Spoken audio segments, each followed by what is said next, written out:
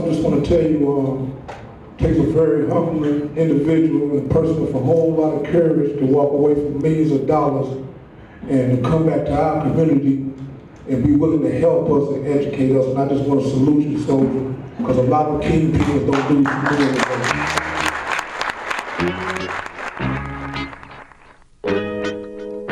this. Drugs oppress the people every day.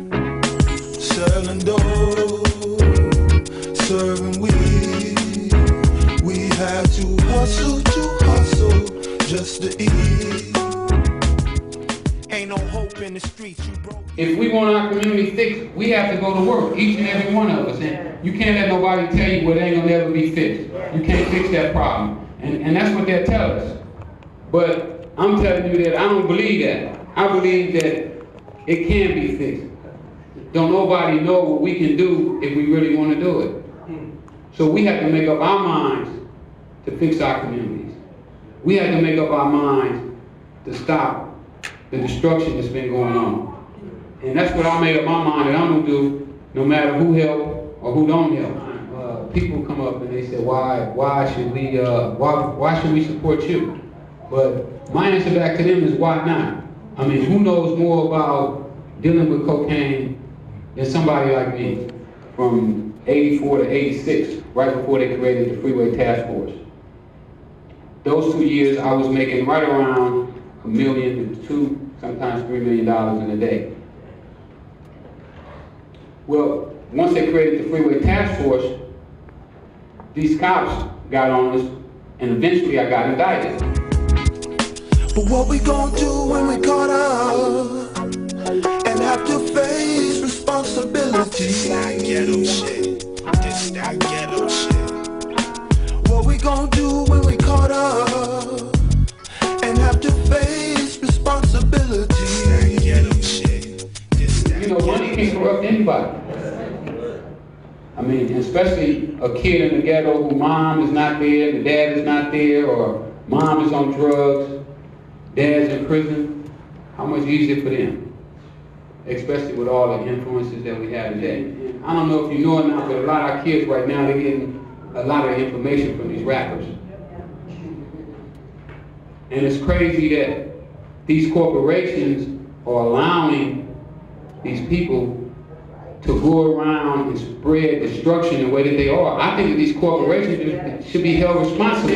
Why are they letting guys get on the radio and brag that they sold 1,000 kilos, and then our kids gotta listen to that, and these are our kids' role models. These are the guys that our kids are looking up to. These guys are telling our kids to go out here, sell drugs, and parlay it into a record deal. And from there, you're gonna become worth, like Jay-Z, I think, $300 million. I think that these are conflicting messages to be sent to the kids. This that ghetto shit.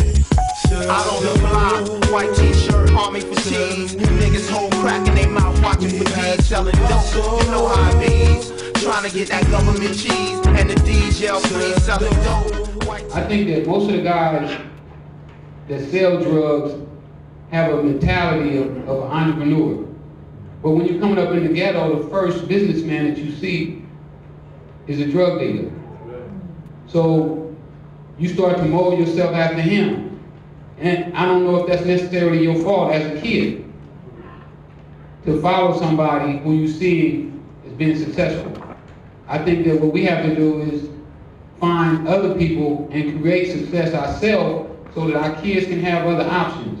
We're gonna have to start letting our money work for us to build businesses, because if we don't find ways for these kids to make some money, we're gonna always have upgrades. They're not gonna be happy. Who's not happy? I mean, who's happy when they can't take care of themselves? They can't pay their rent. They don't have food in the refrigerator. I think that we should have our kids so sharp that if they drop a ton of heroin, cocaine, or whatever they want to in our communities, the kids just gonna walk by and say, man, that's cocaine. We don't mess with that.